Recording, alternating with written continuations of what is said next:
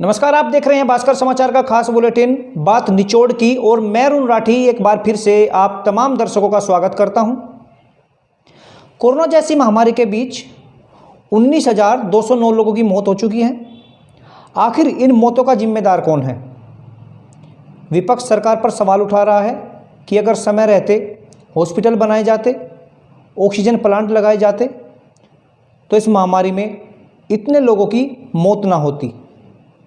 लेकिन जो सबसे बड़ा सवाल बना हुआ है यह है कि देश की आज़ादी के 74 वर्ष बाद भी हम देशवासियों को बेहतर स्वास्थ्य देने में नाकामयाब क्यों रहे? क्यों प्यास लगने पर कुआं खोदने वाली बात सामने आई? अगर पहले से स्वास्थ्य सेवाएं बेहतर होती तो आज कोरोना महामारी के बीच उत्तर प्रदेश में 19,209 लोगों की मौत ना होती। आखिर इन मौतों का जिम्मेदार कौन है? इस महत्वपूर्ण बिंदु पर चर्चा करने के लिए आज हमारे बीच एक पैनल मौजूद है। मैं सबसे पहले अपने मेहमानों का परिचय करा दूं। हमारे साथ मौजूद हैं बीरपाल लाठी जी, जो छपरौली से पूर्व विधायक हैं। हमारे साथ मौजूद हैं डॉक्टर यूनुस चौधरी जी, जो कांग्रेस के बागपत से वर्तमान जिला अध्यक्ष हैं।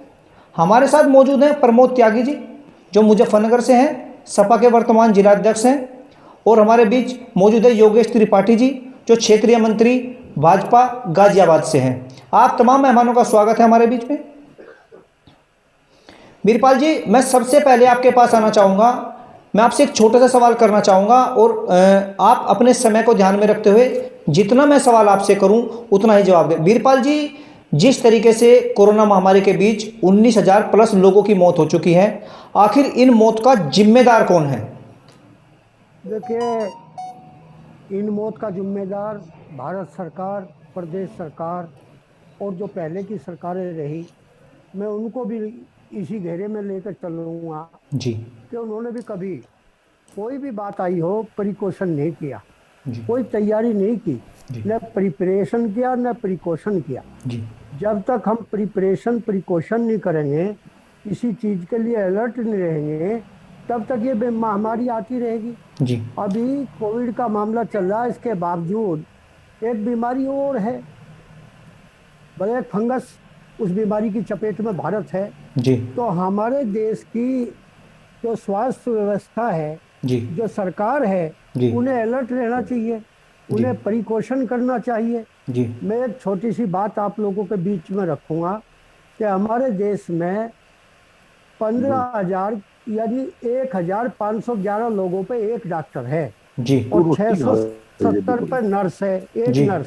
ये 15वें वित्त आयोग की सर्वेक्षण की रिपोर्ट है जी। और भारत में कुल 11.5 लाख पंजीकृत हैं हमारे एलोपैथिक डॉक्टर जी, और 29 लाख के करीब हमारी नर्सें हैं जी, और 11.5 लाख के करीब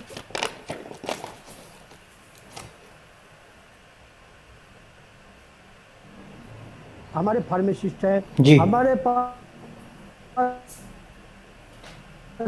जी।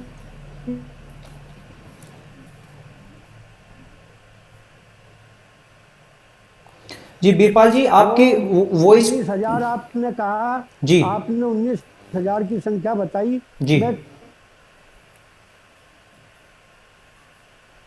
कहता हूँ आंकड़े, आप ये सरकारी आंकड़े हैं, अगर वास्तविक धरातल देखोगे तो उनके लाशें बहा दी गई। आपको जानकारी है, तमाम चैनल दिखा रहे ये हमारी उसमें कुत्ते खोद रहे, उनको हम ट्रॉलियों में, जो कूड़ा ढोने वाली ट्रॉली है, उनमें हम लाशें डाल रहे हैं। ये क्या देश की व्यवस्था है?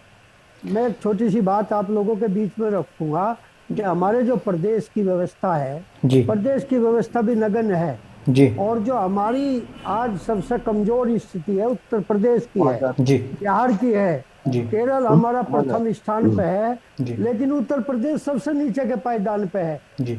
और हमारे नेतागण, हमारे मुख्यमंत्री जी जिन सभाओं में भी जाते हैं, बोलते हैं कि हमने सब व्यवस्था चौकबंद कर दी।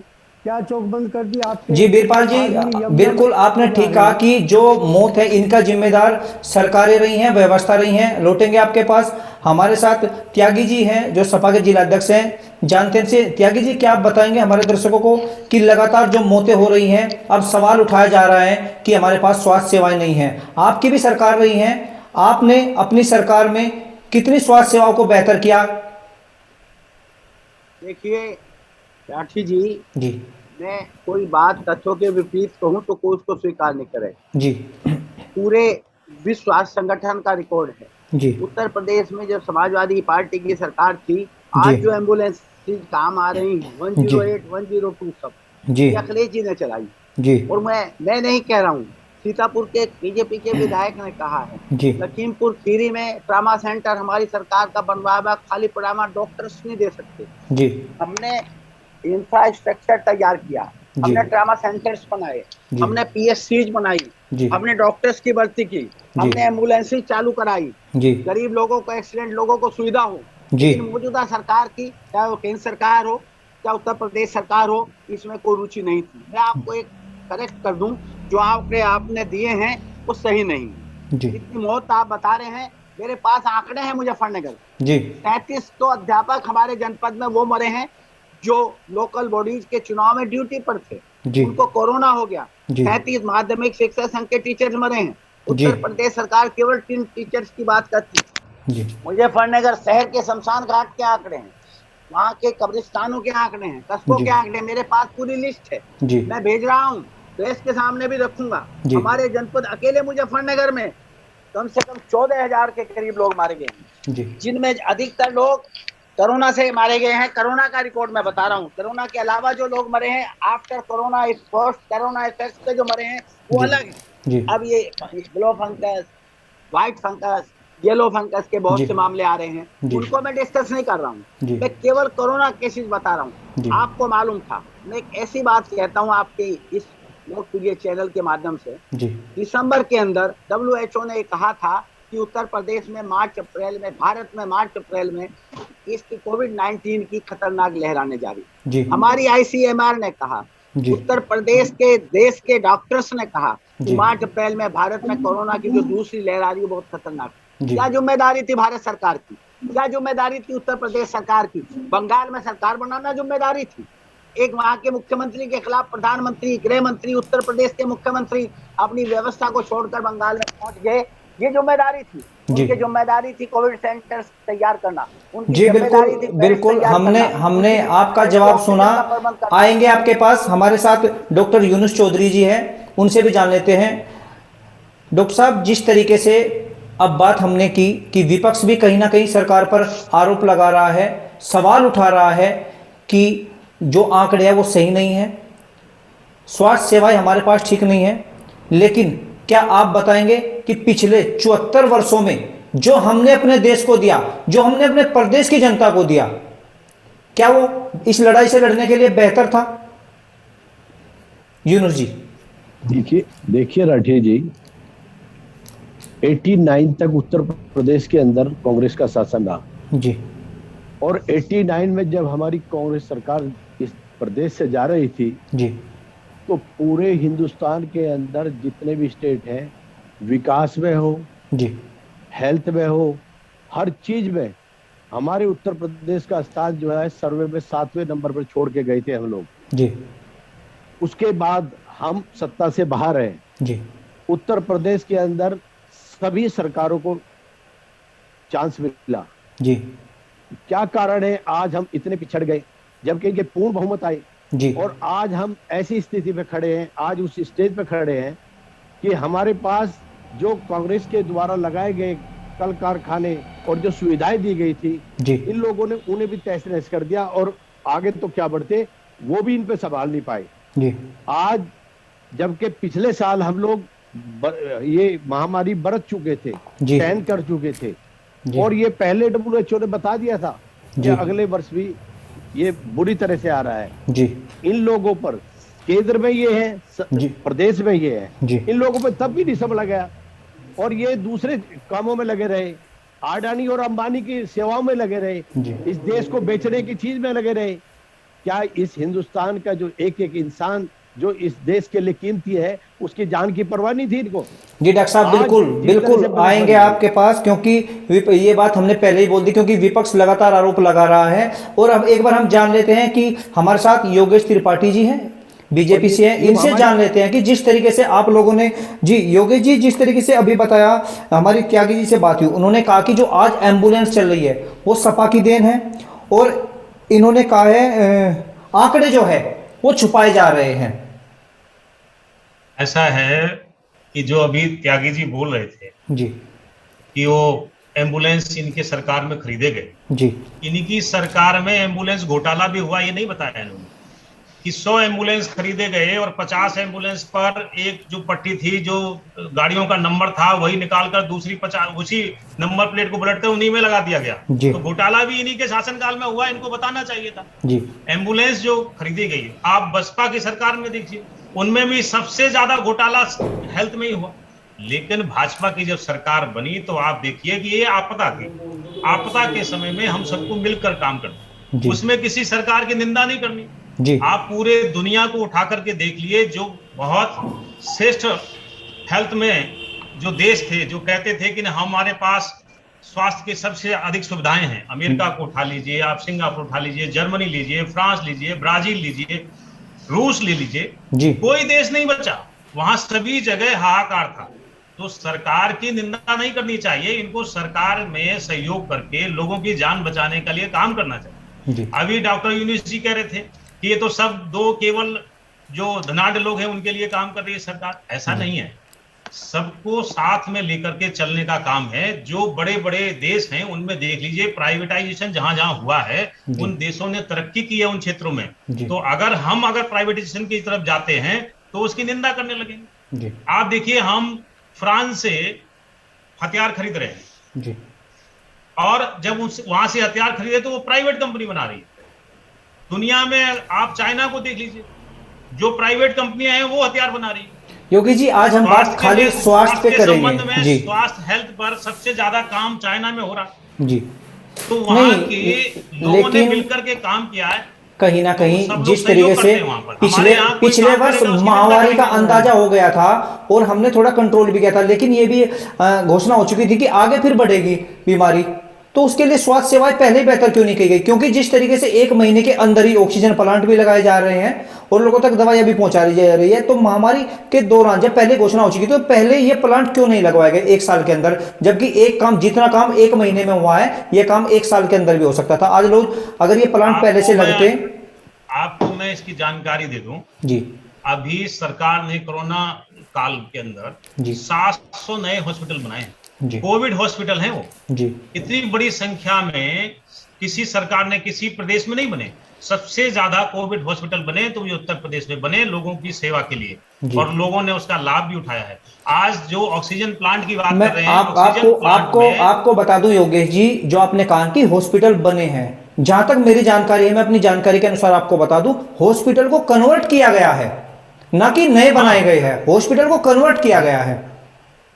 कन्वर्ट तो किया गया है, मैं तो उसी कह रहा हूं, वो कोविड के लिए ही काम कर रहे हैं जी। लेकिन वो जो कन्वर्जन हुआ वो कोविड काल के लिए हुआ। कोविड में जो लोगों को संकट आया है, क्योंकि आप देख लीजिए जहां जहां लोग ठीक हो रहे हैं, वो अस्पतालों में लोग जो आइसोलेशन सेंटर है वो खाली हो गए हैं। तो ये परमानेंट नहीं बनाए गए, ये टेम्परेरी महामारी को देखकर बनाए गए। लेकिन उत्तर प्रदेश की सरकार को WHO ने योगी जी को सर्वश्रेष्ठ मुख्यमंत्री के रूप में कोरोना काल में कोरोना को हैंडल करने का प्रदेश को उनका आभार व्यक्त किया है।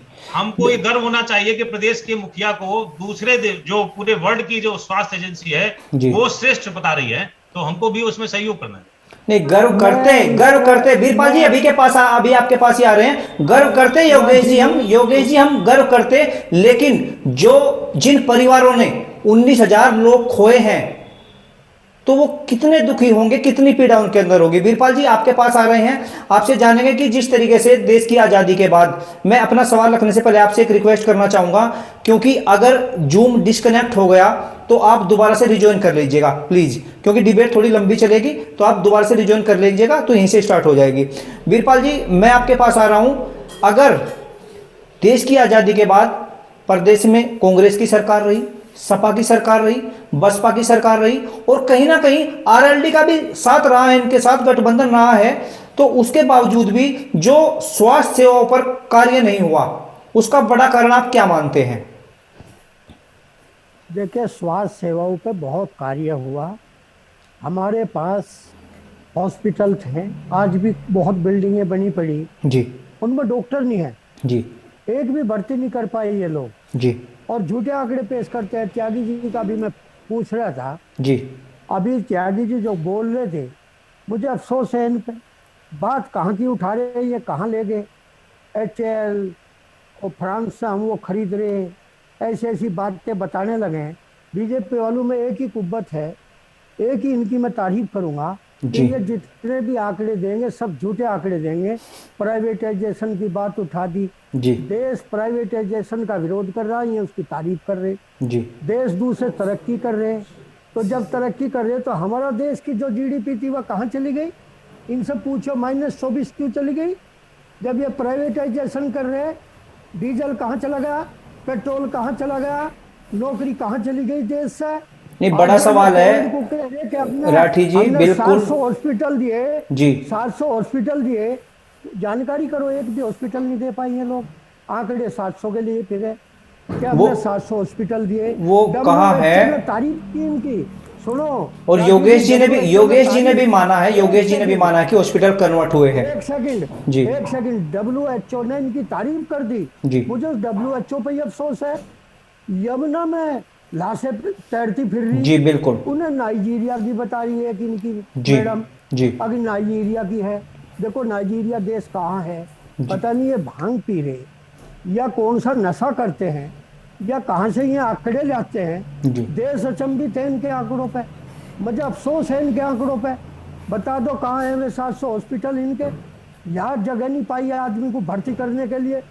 जी, बिल्कुल बिल्कुल बिल्कुल विधायक जी, आप बिल्कुल ठीक कह रहे हो, क्योंकि लाशें गंगा में बहाई गई हैं और उनको कुत्ते भी नोच रहे हैं। राठी जी, एक मिनट मेरी एक बात सुनो। जो घर में जिन्होंने अपना ट्रीटमेंट करा वे जिंदे बच गए, जो हॉस्पिटल में चले गए वे मरते रहे और इनको आवाज नहीं आई, ऑक्सीजन नहीं मिली। सारी ऑक्सीजन विदेशों में भेज दी जी, सारी जितनी भी इन्होंने वैक्सीन थी वो विदेशों में भेज दी।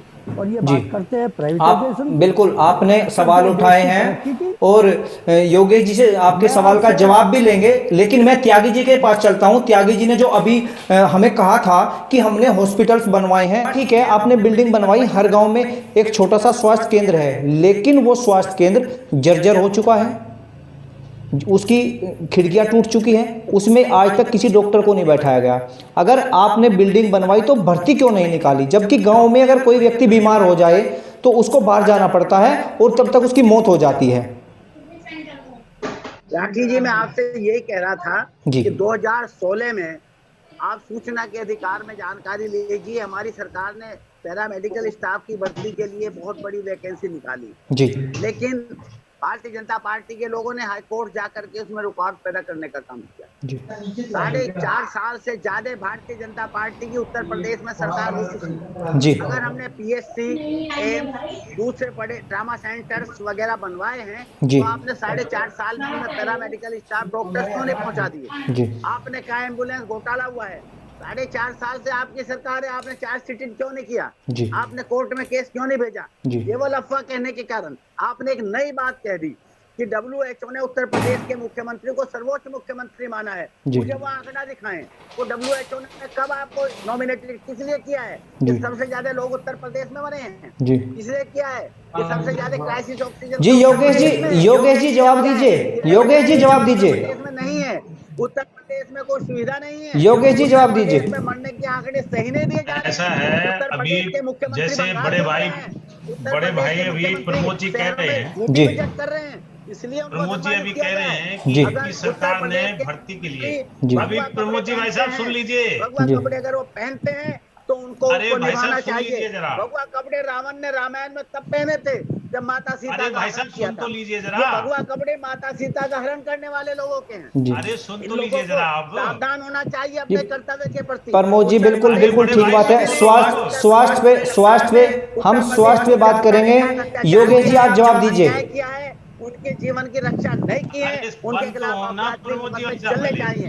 उन्होंने सुनेंगे वो, आप जवाब दीजिए, आप जवाब दीजिए। संविधान की शपथ ली थी सरकार बनते वक्त, उस शपथ का पालन उत्तर प्रदेश की सरकार ने नहीं किया है। प्रमोद जी, मुख्यमंत्री जी, आदरणीय स्वास्थ्य मंत्री जी या उनके दूसरे लोगों ने नहीं किया है, उनके खिलाफ एक्यूजेशन।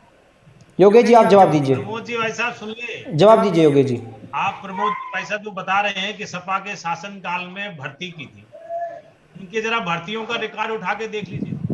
जो ये भर्ती करते हैं उसमें एक विशेष जाति के लोगों की भर्ती करते हैं।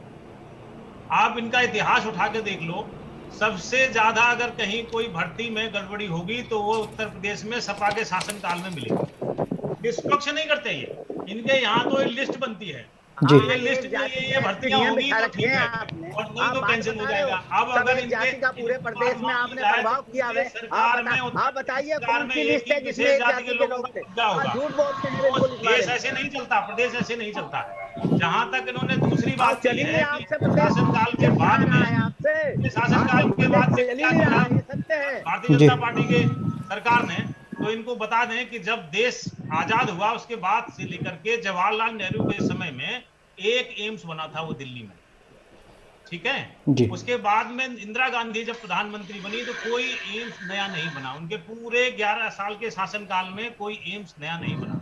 उसके बाद में आप राजीव गांधी को उठा लीजिए, 5 साल तक वो शासन में रहे, कोई एम्स कोई हॉस्पिटल उन्होंने बड़ा हॉस्पिटल नहीं बनाया। उसके बाद आप अटल जी के शासनकाल को देख लें अगर, तो 5 साल के अंदर 6 एम्स बनाए। उसके बाद में आप मनमोहन जी के देख लीजिए, उन्होंने 1 एम्स बनाया। जी यूनुस जी आएंगे आपके पास। आप देखिए 15 नए एम्स बने हैं, 15। स्वास्थ्य में इतना बड़ा काम हुआ है, आप उठा के देख लीजिए, गोरखपुर, ऋषिकेश, आप साउथ में देख लीजिए, पूरे हर एक रीजन में बड़े बड़े। योगेश जी हम बात उत्तर प्रदेश की कर रहे हैं सर जी। कांग्रेस अभी हमारे साथ डॉक्टर यूनुस जी जुड़े हैं, कांग्रेस के जिला अध्यक्ष हैं। प्रदेश में यूनुस जी आपकी आवाज नहीं आ रही है।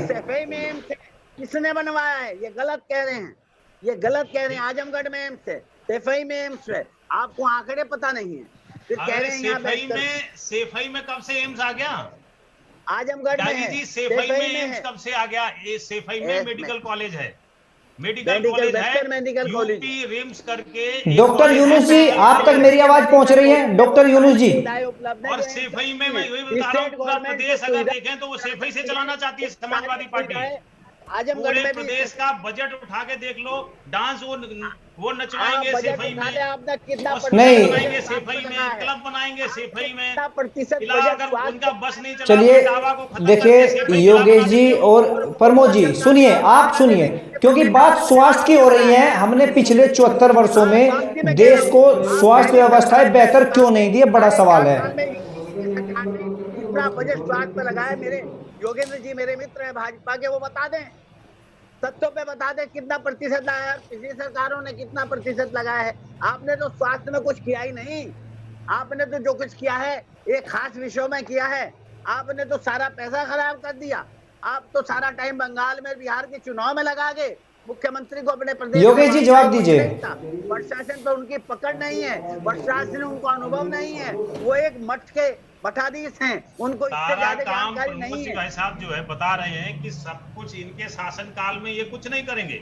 जो कुछ उम्मीदें हैं सारी भाजपा सरकार से उम्मीदें हैं कि भाजपा सरकार आपदा में भी सब कुछ ठीक कर दे, और जब ठीक करने जाए तो उसका विरोध करेंगे। इनके मुख्यमंत्री जी थे, वो नहीं, हमने काम किया है और आगे भी काम करवाओ, तो ये कहते थे भाजपा की वैक्सीन हम ही लगवाएंगे। इतना तो कम से कम सीखा होता। स्वास्थ्य के लिए जनता को गुमराह करने का काम तो नहीं करते, जनता को भी गुमराह। त्यागी जी योगेंद्र जी, मैंने आप दोनों के जवाब सुने, लेकिन छोटा सा आंकड़ा मैंने भी कलेक्ट किया है। मैं भी आपको अपना आंकड़ा बता दूं। 21 दिसंबर 2020 को जारी जो एक आदेश हुआ था, उसके अनुसार स्वास्थ्य परिवार कल्याण विभाग में वर्तमान चिकित्सकों के कुल 19,011 पद सर्जित है। विशेषज्ञ चिकित्सकों के लिए 8,431 पद सर्जित है।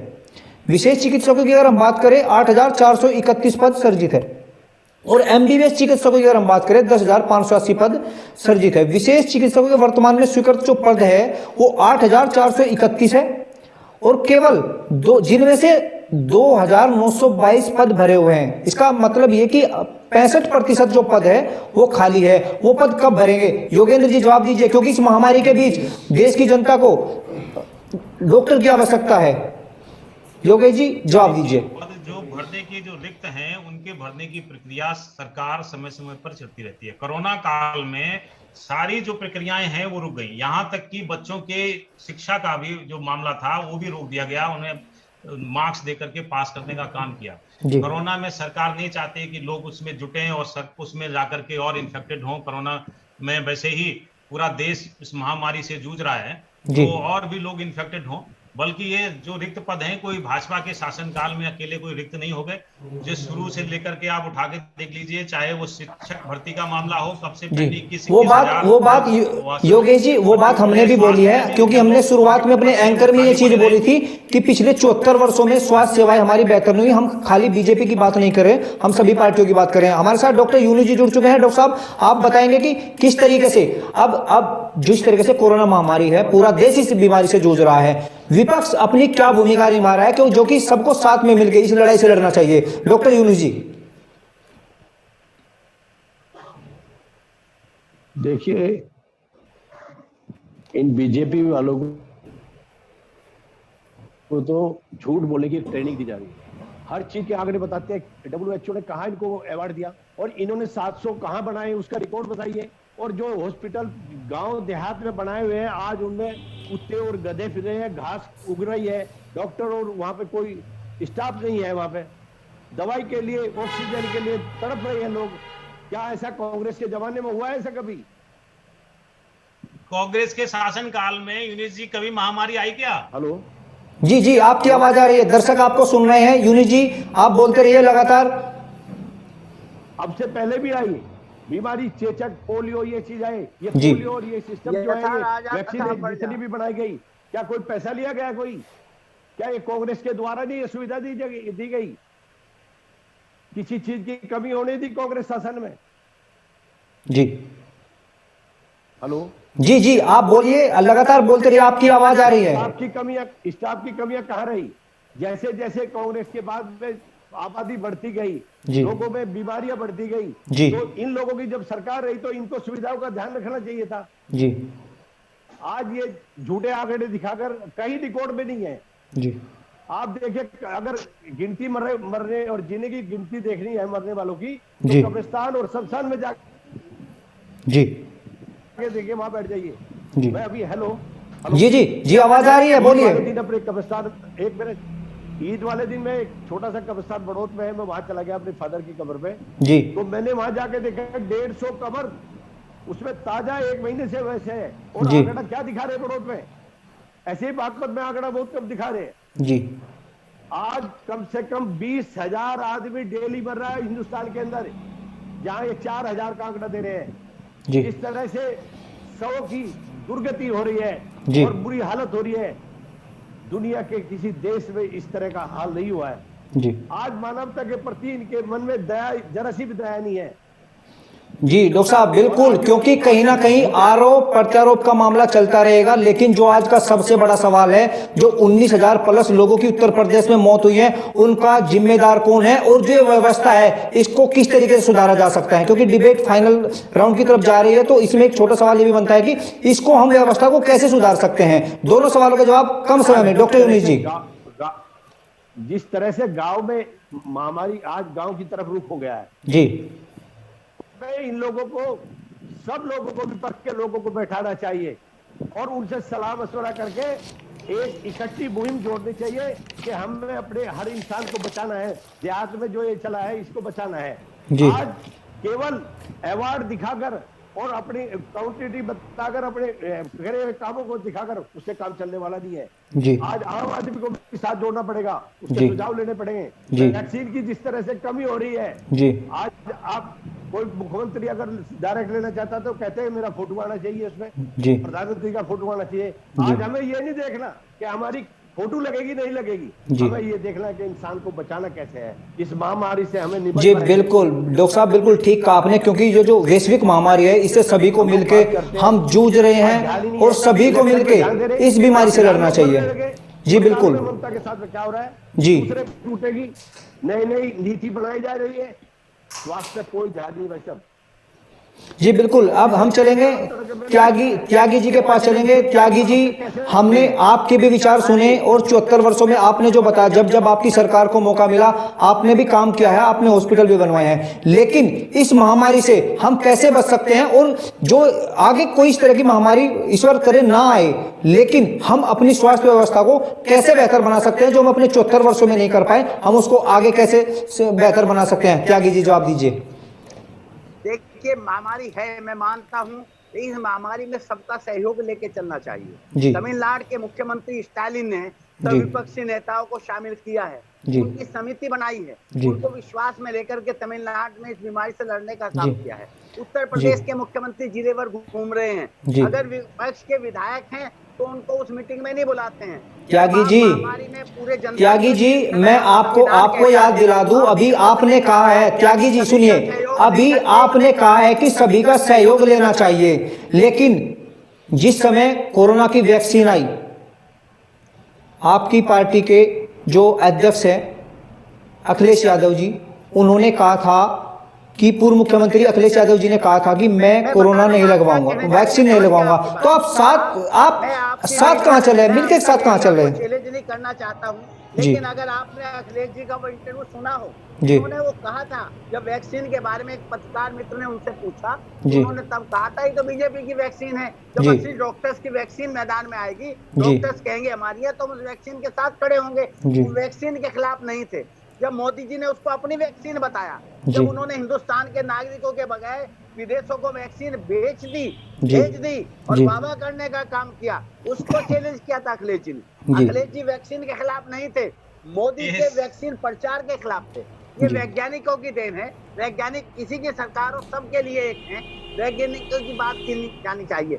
और भारतीय जनता पार्टी को, चाहे केंद्र सरकार हो, चाहे उत्तर प्रदेश सरकार हो, सभी विपक्षी पार्टी को सहयोग लेकर के एक इच्छा शक्ति के साथ इस महामारी से लड़ना चाहिए। महामारी हमारे देश में है, हम सबको महामारी में सरकार का साथ देने के लिए तैयार हैं, लेकिन सरकार की साथ लेने की इच्छा शक्ति होनी चाहिए, जो ना मोदी जी की है ना योगी जी की है, स्टालिन के सी की है। चलिए मुख्यमंत्री थे, हम चाहते हैं, चलिए महामारी के बीच सभी को साथ मिलना चाहिए। आपने भी अपना विचार रखा, डॉक्टर यूनुस ने भी बताया, लेकिन ये कहना है, लेकिन योगेश जी, मैं आपसे कम शब्दों में जानना चाहूंगा कि जिस तरीके से, मेरा सवाल यही है और मैं बार बार इसको रिपीट इसीलिए कर रहा हूं क्योंकि मैं एक साल में हमारे साथ हुआ उस पर सवाल नहीं उठा रहा हूं, सब उस पर सवाल उठा रहे हैं, विपक्ष उस पर सवाल उठा रहा है, तो मैं उस पर सवाल क्यों उठाऊं? मैं तो जो 74 वर्षों में नहीं हुआ उस पर सवाल उठा रहा हूं, क्योंकि 74 वर्षों में हर किसी को मौका मिला, हर किसी को अवसर मिला, अब आपको भी अवसर मिला है। क्या आप हमारे दर्शकों को बताएंगे कि आपकी सरकार जो पिछले 74 वर्षों से नहीं मिला, क्या उसी व्यवस्था पर रहेगी या कुछ व्यवस्था में सुधार होगा? और जिन गांव के लोगों तक अब तक स्वास्थ्य सेवाएं नहीं पहुंची, क्या आपकी सरकार उन तक ये स्वास्थ्य सेवाएं पहुंचा पाएगी? क्या कोरोना से जल्द निजात दिला पाएगी? त्रिपाठी जी, जो अभी तक नहीं हुआ वो योगी सरकार कर रही है। आप उठाकर देख लीजिए कि जो सरकारी तंत्र है उसके साथ साथ जब से योगी जी ने सब कमान संभाली है, लगातार भारतीय जनता पार्टी के कार्यकर्ता सहयोग कर रहे हैं, वो जनता के बीच में जा रहे हैं, जिनको ऑक्सीजन चाहिए उनको ऑक्सीजन उपलब्ध कराने का काम कर रहे हैं, जहां जिसको भोजन की आवश्यकता है वो भोजन उपलब्ध कराने का काम कर रहे हैं, आप जहां दवाई आप देखिए घर घर पहुंचाने का काम कर रहे हैं, सैनिटाइजर मास्क बांटने का काम कर रहे हैं। गाजियाबाद में एक बेड दिलवा दो, ये महामारी आई है वो एक किट भी नहीं गई मेडिसिन की। महामारी के समय में प्रमोद जी आप सुन तो लीजिए, मैंने आपके में तो बोला नहीं था, आप तो कम से कम बड़े हैं थोड़ा, जैसे मैं आपकी सुन रहा था आप मेरी भी सुन लीजिए। मास्क बांटने का काम कर रहे हैं, मुझे आप उठाकर बता दीजिए किसी समाजवादी पार्टी ने, किसी बहुजन समाज पार्टी के, कांग्रेस के कार्यकर्ता निकल कर आए हो? आप देखिए कि सबसे ज्यादा इन्फेक्टेड जो हुए हमारे कार्यकर्ताओं की मौत भी हुई, हमारे मंत्री भी कोरोना में स्वर्गवासी हो गए, हमारे लोगों ने फील्ड में उतर करके मदद की है। आज ऐसी स्थिति हुई है कि ऑक्सीजन पर्याप्त मात्रा में उपलब्ध है, हॉस्पिटल्स में जो लोग भर्ती थे वो ठीक होकर घर जा रहे हैं। यह एक योगी जी का प्रयास है कि वो हर जिले में घूम रहे हैं, हर जिले में एक एक मंत्री, ये पहली बार हुआ है कि मंत्री परिषद से किसी मंत्री को जिले का प्रभारी बनाया गया हो और वो जाकर के वहां क्षेत्र में काम कर रहे हो। तो भारतीय जनता पार्टी की सरकार में अकेले सरकार काम नहीं करती है, उसके साथ लगे हुए संगठन के कार्यकर्ता बराबर सहयोग करते हैं, जनता के बीच में रहते हैं। और यही है कि हमने बहुत जल्दी इस कोरोना महामारी को उत्तर प्रदेश में काबू करने का काम किया है। और ये सब जनहित में जो काम संगठन और सरकार करती है उसमें लगातार लोग काम कर रहे हैं। जहां तक प्रमोद जी ने बात की, बंगाल की बात की कि वहां चले गए थे, नहीं योगेश जी हम यहीं की बात करते हैं, क्योंकि मैं आपसे बस एक सवाल जानना चाहता हूं कि जिस तरीके से पिछले 74 वर्षों से स्वास्थ्य सेवाएं रेंग रही हैं, क्या आगे भी ऐसे रेंगती रहेगी या उनमें कुछ सुधार होगा? देखिए, कोरोना में आज लगातार टेस्टिंग का काम शुरू हो रहा है, टेस्टिंग लगातार चल रही है, फ्री टेस्टिंग हो रही है। आप RT-PCR देख लीजिए, टेस्ट फ्री हो रहा है। आप एंटीजन टेस्ट देख लीजिए, फ्री हो रहा है, किसी को कोई पैसा नहीं देना पड़ रहा है। ये इतना बड़ा अभियान है कि उसमें हमें सब पार्टियों को मिलकर के सहयोग करना चाहिए, ना कि उनकी निंदा करनी चाहिए। आप देखिए कितने कोविड के जो वैक्सीनेशन सेंटर हैं वो रोज बढ़ाए जा रहे हैं। वैक्सीन जितनी मिल पा रही है, जो सेंट्रल से मिल पा रही है, नहीं तो प्रदेश सरकार खरीद रही है, लोगों को वैक्सीनेशन का काम बहुत तेजी से कर रही है। आप देखिए हमारे सिर्फ गाजियाबाद में लगातार सेंटर बढ़े, पहले 5 सेंटर थे, अब 12-13 सेंटर हो गए, अभी फिर दोबारा से रिव्यू हुआ, 20-22 सेंटर हो गए हैं। तो लगातार वैक्सीन लगाने का काम, लोगों को स्वास्थ्य लाभ मिले, लोग स्वस्थ हों। उत्तर प्रदेश बहुत बड़ा प्रदेश है और इस प्रदेश में एक योगी जी सरकार जो अपने लिए कभी कोई काम नहीं, जनता के हित के लिए वो लगातार करते हैं। 2 बार इन्फेक्टेड हो गए लेकिन उन्होंने सहयोग का काम बंद नहीं किया, बराबर फील्ड में उतर करके लोगों की मदद कर रहे हैं। जी योगेश जी, बिल्कुल आपने जो कहा हमने सुना, हमारे दर्शकों ने सुना, और कहीं ना कहीं जो आपका इशारा है वो ये है कि योगी जी के शासनकाल में आप प्रदेश को आगे ले जाने की बात कर रहे हैं। लेकिन मैं एक बात कहूँगा कि विपक्ष के पास भी आरोप की कमी नहीं है, सत्ता पक्ष के पास भी वाहनों की कमी नहीं है। कमी है तो स्वास्थ्य व्यवस्थाओं को बेहतर करने की। प्रदेश सरकार का 5398 करोड़ रुपए का बजट रहा 2021-22 का, लेकिन अगर उसको हम प्रदेश में प्रति व्यक्ति आंक के लेके चले तो 233 रुपये 17 पैसे बैठता है, जो एक व्यक्ति के इलाज के लिए काफ़ी नहीं है। थोड़ा स्वास्थ्य सेवाओं पर ध्यान देने की आवश्यकता है और बजट पर, जो स्वास्थ्य का बजट है उसे बढ़ाने की आवश्यकता है। आप तमाम मेहमानों का शुक्रिया हमारे साथ जुड़ने के लिए और स्वास्थ्य के महत्वपूर्ण बिंदु पर चर्चा करने के लिए।